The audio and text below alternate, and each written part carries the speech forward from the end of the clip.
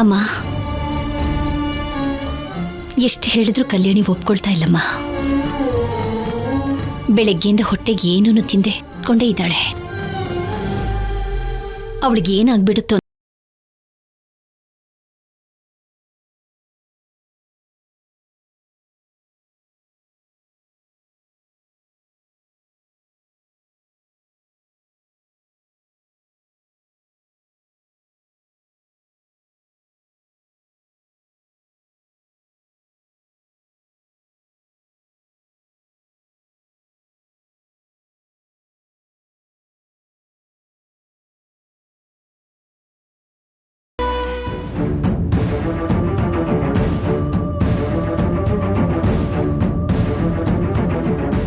ನಿನ್ನ ಪಾತ್ರ ನೋಡ್ದಾಕೋದನ್ನ ನಿಲ್ಸಿ ಆಸ್ತಿ ಕೊಡೋದ್ರ ಬಗ್ಗೆ ಯಾವ ನಿರ್ಧಾರ ತಗೊಂಡಿದ್ಯೋ ಹೇಳು.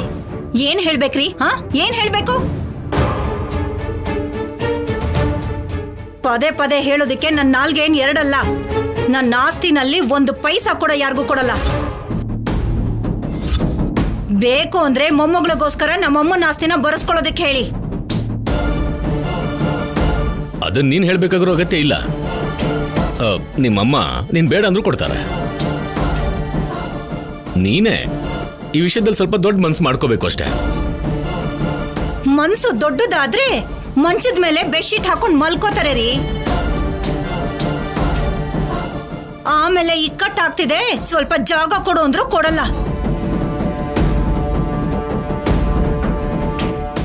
ಒಂದ್ ಹೆಣ್ಣಿನ ಸಂಸಾರ ಉಳಿಯತ್ತೆ ಕಣೆ.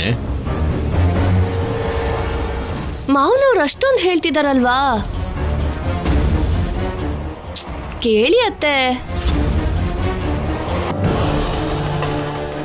ಏಯ್, ನೀನು ಮಧ್ಯದಲ್ಲಿ ಮಾತಾಡ್ಬೇಡ ಹೇಳ್ತಾ ಇದ್ದೀನಿ. ನಿನ್ ಮನ್ಸು ತುಂಬಾ ಒಳ್ಳೇದ್ ಕಣೆ. ಯಾಕದನ್ನ ಕೋಪದಿಂದ ಮುಚ್ಚಿಡ್ತಿದ್ಯಾ? ಕೊಟ್ಬಿಡೆ. ಇಲ್ಲಿ ನೋಡಿ, ನನ್ನ ಆಸ್ತಿ ವಿಷಯಕ್ಕೆ ಮಾತ್ರ ಯಾರು ಬರಬೇಡಿ. ಚೆನ್ನಾಗಿರಲ್ಲ, ಈಗ್ಲೇ ಹೇಳ್ತಾ ಇದ್ದೀನಿ. ಅಮ್ಮ, ಕಲ್ಯಾಣಿ ಅಂದ್ರೆ ನನಗೆ ಎಷ್ಟಿಷ್ಟ ಅಂತ ನಿನಗೆ ಗೊತ್ತು. ಆಸ್ತಿ ಕೊಡ್ತಿರೋ ಇಲ್ವೋ ಅಂತ ಚಿಂತೆ ಮಾಡ್ತಾ ಊಟನೂ ಬಿಟ್ಬಿಟ್ಟಿದ್ದಾಳೆ. ಕಲ್ಯಾಣಿಗೇನಾದ್ರೂ ಆದ್ರೆ ನಾನು ಬದುಕಿರಲ್ಲಮ್ಮ. ಲೋ, ಅವಳು ಊಟ ಬಿಟ್ಟಿದ್ದಾಳೆ ಅಂತ ಆಸ್ತಿ ಬರ್ಕೊಡಕ್ಕಾಗತ್ತೇನೋ?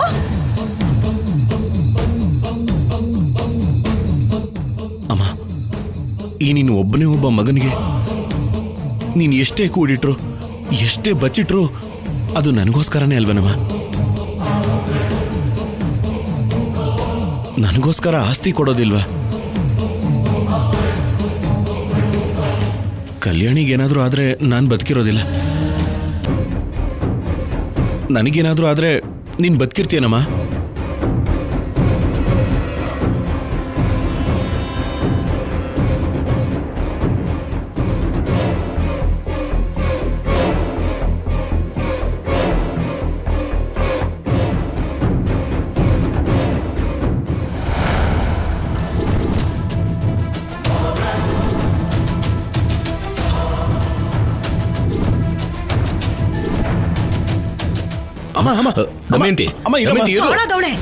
ನೀನು ಮಾಡಿರೋ ಕೆಲ್ಸಕ್ಕೆ ನಾವಿಲ್ಲಿ ಒದ್ದಾಡ್ತಾ ಇದೀವಿ, ನೀನ್ ಮಾತ್ರ ಆರಾಮಾಗಿ ತಿನ್ಕೊಂಡು ಕೂತಿದ್ಯಾ?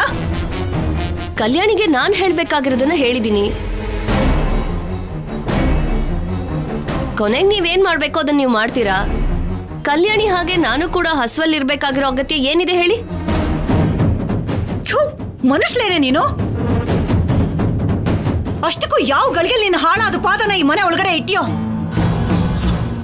ಆವಾಗಿಂದ ಈ ಮನೆಯಲ್ಲಿ ಮನಃಶಾಂತಿ ಅನ್ನೋದೇ ಹೊರಟೋಗಿದೆ. ನನಗೇನು ಅನ್ಬೇಡಿ ಅತ್ತೆ, ನಾನು ತುಂಬಾ ಪ್ರಾಮಾಣಿಕವಾಗೇ ಇದ್ದೀನಿ. ನಾನು ಕ್ಲಿಯರ್ ಆಗೇ ಹೇಳಿದ್ದೀನಿ, ನಿಮ್ ಮಗನ್ ಮೇಲಿನ ಪ್ರೀತಿಯಿಂದ ಬಂದಿಲ್ಲ ಅಂತ. ಕೇವಲ ದುಡ್ಡುಗೋಸ್ಕರನೇ ಬಂದಿರೋದು. ಹೋಗ್ಲಿ, ಆಸ್ತಿ ಕೊಡ್ದೇನೆ ನನಗೇನಾದ್ರೂ ಮಾಡೋಣ ಅಂತ ನೀವ್ ಅನ್ಕೊಂಡ್ರೆ ಪಾಪ, ನಿಮ್ ಹತ್ರ ಆಧಾರನೂ ಇಲ್ಲ.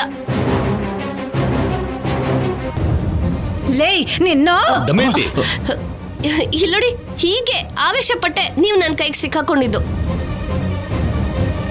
ನೋಡಿ ಅತ್ತೆ, ಒಂದೇ ಒಂದಿನ ಟೈಮ್ ಇದೆ. ನೀವು ಹೀಗೆ ಆಸ್ತಿ ಕೊಡಲ್ಲ ಅಂತ ಜಗಳ ಮಾಡಿದ್ರೆ ಕೋರ್ಟ್ ಕೊಟ್ಟಿರೋ ಸೊಸೆಯಾಗಿ ಪರ್ಮನೆಂಟ್ ಆಗಿ ನಾನು ಇಲ್ಲೇ ಇರ್ತೀನಿ. ನಾಡಿದ್ದಿಂದ ಈ ಮನೆ ಸೊಸೆಯಾಗಿ ದೀಪ ಹಚ್ಕೊಂಡು ಓಡಾಡ್ತೀನಿ. ಆದ್ರೆ ಹೊರಗಡೆ ಮಾತ್ರ ನಿಮಗ್ ಗೊತ್ತಿರೋದೆ ನಾಚಿಕೆ ಇಲ್ಲದೆ ತಿರುಗ್ತೀನಿ.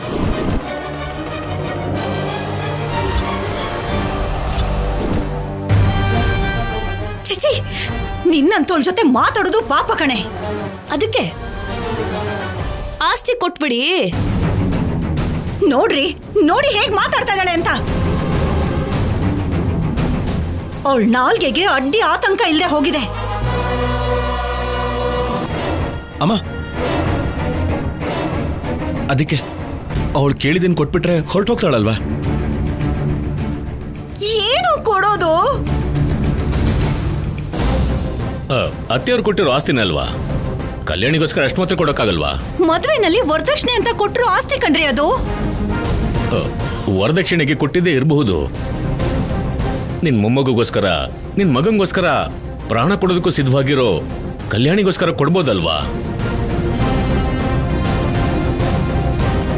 ನೋಡ್ದಮ್ಮೆ ಅಂತಿ, ನೀನ್ ಏನ್ ಮಾಡಿದ್ರು, ಎಷ್ಟೇ ಕಿರ್ಚಿದ್ರು ನನಗೆ ಕೋಪ ಬರಲ್ಲ. ಯಾಕಂದ್ರೆ ನಿನ್ ಮನ್ಸು ತುಂಬಾ ಒಳ್ಳೇದು. ಆ ಮನ್ಸಿನ ಯೋಚನೆ ಮಾಡಿ ನೋಡು. ಅವಳ ಜೀವನ ಏನಾಗ್ಬಿಡುತ್ತೋ ಅಂತ ಊಟ ತಿಂಡಿ ಬಿಟ್ಟು ಕೂತಿದ್ದಾಳೆ ಕಲ್ಯಾಣಿ. ನಮ್ ಬಗ್ಗೆ, ಈ ಮನೆ ಒಳ್ಳೆದ್ರ ಬಗ್ಗೆ ಯೋಚನೆ ಮಾಡೋ ವ್ಯಕ್ತಿ ಅಂದ್ರೆ ಕಲ್ಯಾಣಿನೇ. ಯಾವಾಗ್ಲೂ ನಮ್ ಬಗ್ಗೆನೇ ಯೋಚನೆ ಮಾಡೋ ಕಲ್ಯಾಣಿ ಬಗ್ಗೆ ನಾವು ಒಂದ್ಸಲ ಯೋಚನೆ ಮಾಡೋಣ ದಮಯಂತಿ. ಹೌದಮ್ಮ, ಪ್ಲೀಸ್.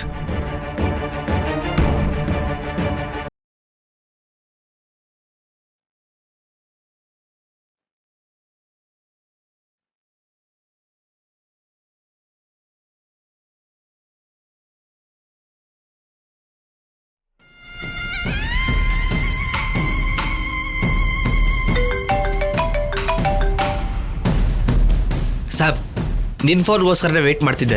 ಅಲ್ಲಿ ಏನಾಯ್ತು ಅಂತ ತುಂಬ ಟೆನ್ಷನ್ ಪಡ್ತಿದ್ದೀನಿ. ನೀನು ಕಾಲ್ ಮಾಡಿದೆ, ಅಷ್ಟಕ್ಕೂ ಅಲ್ಲಿ ಏನಾಯ್ತು? ಕೇಳಿದ ತಕ್ಷಣ ಕೊಡ್ತೀನಿ ಅಂತ ಅನ್ನಲ್ಲ ಅಲ್ವಾ?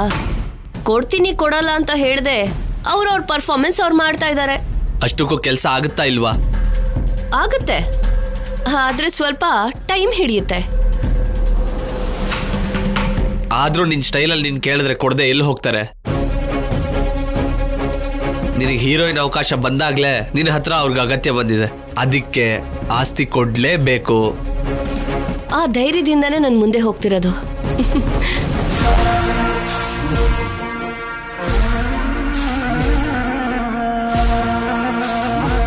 ಯಾಕೆ ಆಫೀಸರ್, ಏನಾಯ್ತು? ಇಲ್ಲಿ ನಮ್ಮ ಪರಿಸ್ಥಿತಿಯನ್ನು ಹೇಳ್ಕೊಂಡು ನಗ್ತಿದ್ದಾಳೆ ಆ ಸಂಪದ. ನಗ್ಲಿ ಬಿಡಿ ಆಫೀಸರ್, ಆ ನಗು ಶಾಶ್ವತ ಅಲ್ಲ ಅಂತ ನಮಗ್ ಗೊತ್ತಿದೆ ಅಲ್ವಾ? ಆಸ್ತಿನೆಲ್ಲ ಕೊಟ್ಮೇಲೆ ಸಂಪದ ಎಲ್ಲಿ ಕಾಣಿಸ್ಕೊಳ್ದೆ ಹೊರಟೋಗ್ತಾಳೆ ಅಂತ ನನಗೆ ಭಯ. ನೀವಂತ ಅನುಮಾನ ಪಡೋಕ್ ಹೋಗ್ಬಿಡಿ ಆಫೀಸರ್. ಅನ್ಕೊಂಡಿದ್ದ ತರಾನೇ ಆದ್ರೆ ಸಂಪದ ಈ ಊರ್ ಬಿಟ್ಟು ಹೋಗಕ್ಕಾಗಲ್ಲ. ನಿನ್ ನಂಬಿಕೆ ಗೆಲ್ಬೇಕು. ಆದ್ರೆ ನನಗೀಗ ಅರ್ಜೆಂಟಾಗಿ ಜ್ವರ ಬರಬೇಕು. ಜ್ವರನೇ ಅಲ್ವಾ? ಬಂತು ಅನ್ಕೋ.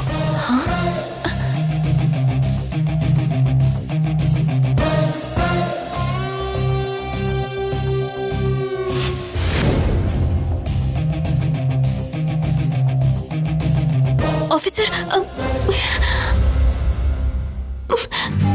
ಹಾ, ಬಂದ್ಬಿಡ್ತು. ಏನು ಆಫೀಸರ್, ಜ್ವರ ಬರಬೇಕು ಅನ್ಕೊಂಡ್ರೆ ಇನ್ನೇನೋ ಅನ್ನಿಸ್ತಾ ಇದೆ. ಏನನ್ನಿಸ್ತಾ ಇದೆ? ಈ ಬೆಡ್ಶೀಟ್ ಯಾಕೆ ಅನ್ನಿಸ್ತಾ ಇದೆ. ಮತ್ತೆ ಎಲ್ಲ ನಾನೇ ಹೇಳ್ತೀನಿ. ಏಯ್, ಬೆಡ್ಶೀಟ್ ಬೇಡ ಅನಿಸ್ತಿದ್ರೆ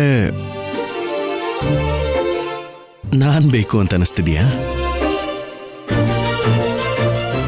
ನನ್ನ ಹೃದಯದಲ್ಲಿರೋ ಬಿಸಿ ನಿನ್ ಕೆನ್ನೆಗೆ ತಾಕಿ ಅದು ಕರಗ ಹೋಗ್ತಿದ್ರೆ ಆ ಬಿಸಿಗೆ ಬರೋ ಶಾಖ ನಮ್ಮಿಬ್ಬರನ್ನೂ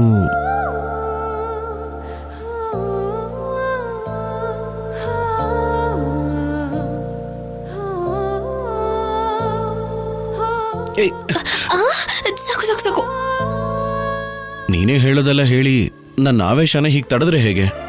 ಈಗ ಆವೇಶ ಪಡುವಂತ ಸಮಯ ಅಲ್ಲ, ಸಂಪದನ ಆಟ ಆಡಿಸುವಂತ ಸಮಯ.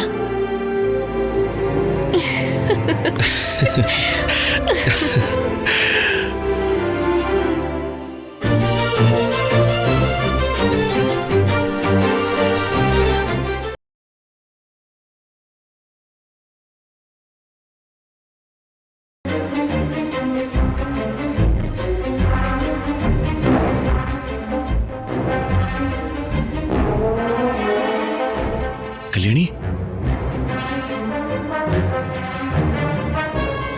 ಕಲ್ಯಾಣಿ, ಅಯ್ಯಯ್ಯೋ, ಓಹ್,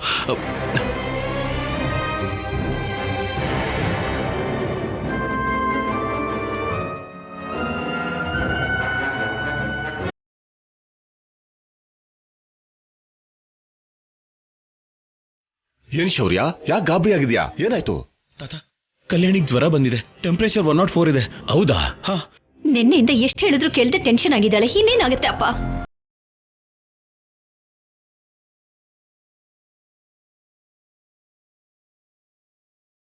ಇದಳು ಕಲ್ಯಾಣಿ, ಒಂದು ಟ್ಯಾಬ್ಲೆಟ್ ತಗೋ.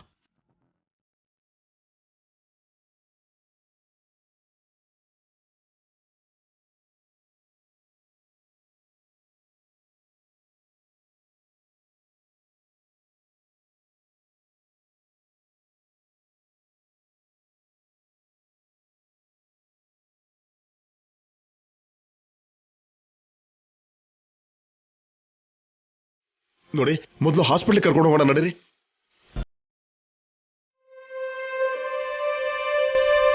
ತಾತ,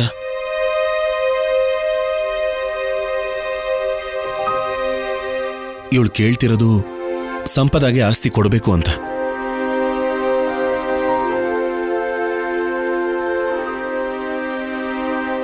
ಈಗ ನಾವು ಹಾಸ್ಪಿಟ್ಲಿಗೆ ಕರ್ಕೊಂಡು ಹೋದ್ರು ಇವಳು ಟ್ರೀಟ್ಮೆಂಟ್ ತಗೊಳ್ಳಲ್ಲ.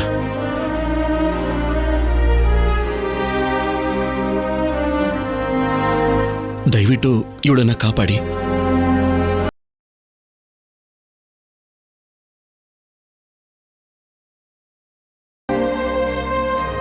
ಕಲ್ಯಾಣಿ ಹೀಗಿದ್ರೆ ಇವಳು ನೋಡ್ತಾ ನನಗೆ ತಡ್ಕೊಳಕ್ಕಾಗಲ್ಲ. ಏನೋ ಒಂದು ಮಾಡಿ ಅಜ್ಜಿ.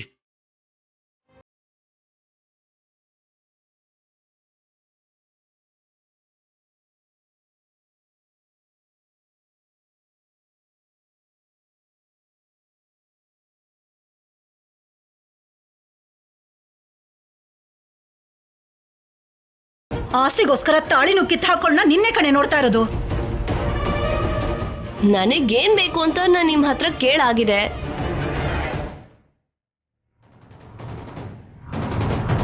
ಕೊಡ್ತಿರೋ ಕೊಡೋಲ್ವೋ ಅದನ್ನ ನೀವ್ ಹೇಳ್ಬೇಕು.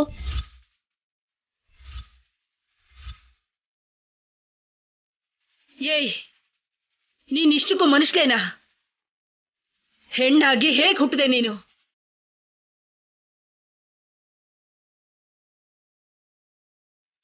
ಅವಳಿಗೆ ಬೈದ್ ಪ್ರಯೋಜನ ಇಲ್ಲ. ನನಗೆ ದುಡ್ಡು ಬೇಕು, ಗಂಡ ಮಗು ಬೇಕಾಗಿಲ್ಲ ಅಂದ್ಮೇಲೂ ಕೂಡ ಅವಳನ್ನ ಈ ಮನೆ ಸೊಸೆಯಾಗಿ ನೋಡ್ಬೇಕಾಗಿರೋ ಅಗತ್ಯನೇ ಇಲ್ಲ.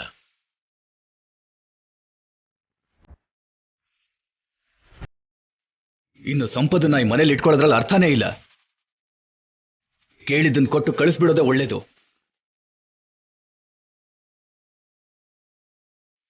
ನನಗೆ ಆಸ್ತಿನೇ ಸರ್ವಸ್ವ, ಅದೇ ಬೇಕು ಅಂತ ಕೇಳ್ತಾಳೆ ಸಂಪದ.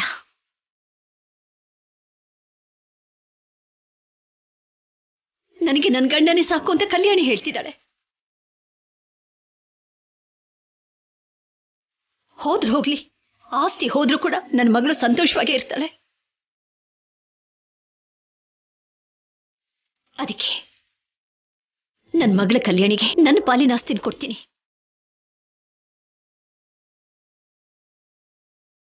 ಮೊದಲನೇ ಸಿಗ್ನೇಚರ್ನ ನಾನೇ ಹಾಕ್ತೀನಿ.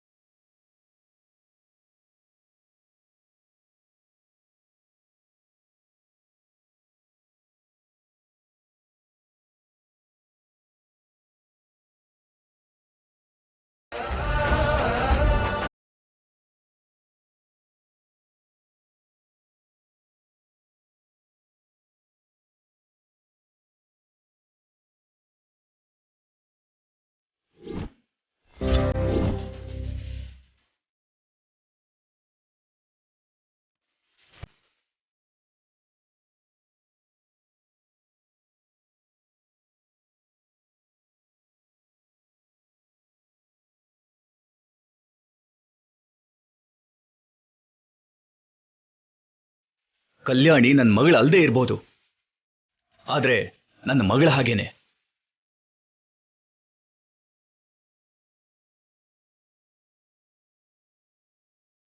ನನ್ನ ಜಾಗದಲ್ಲಿ ನಮ್ಮ ಅಣ್ಣ ಇದ್ದಿದ್ರೆ ಏನ್ ಮಾಡ್ತಿದ್ನೋ ಅದನ್ನೇ ನಾನು ಮಾಡ್ತಿದ್ದೀನಿ.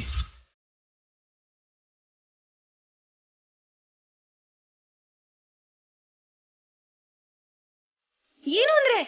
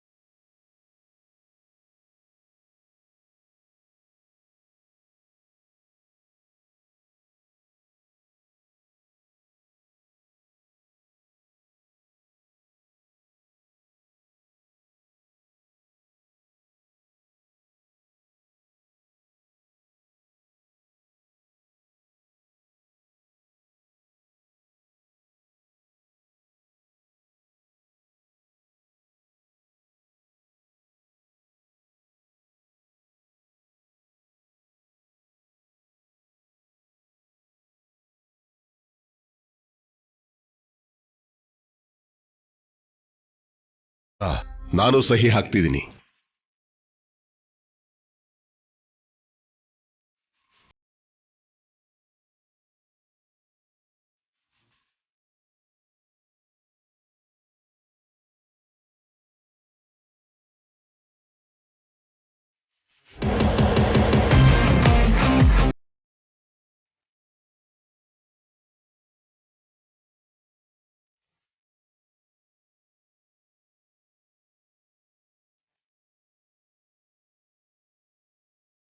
ಆಸ್ತಿ ಹೋದ್ರೆ ನನ್ನ ಮೊಮ್ಮಗಳು